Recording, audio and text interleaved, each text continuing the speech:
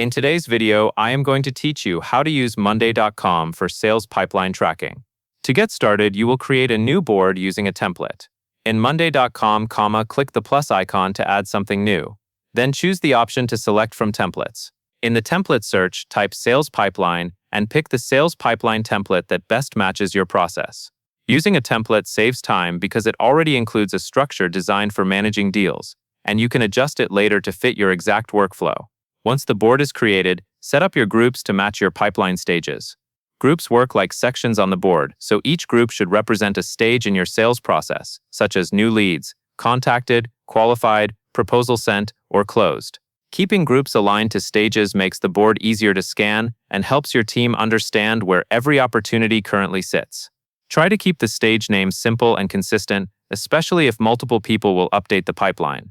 Next, customize your columns so the board captures the information you need. One of the most important columns to add is a status column for stages.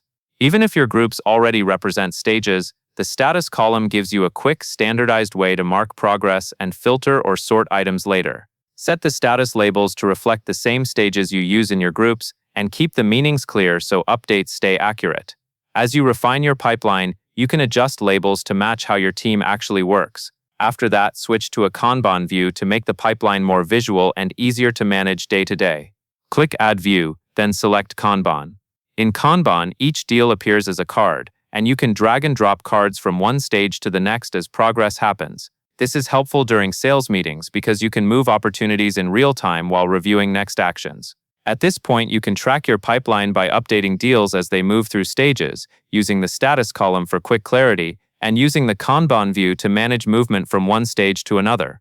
Keep updates frequent so your pipeline reflects what is happening right now. And that is all there is to it.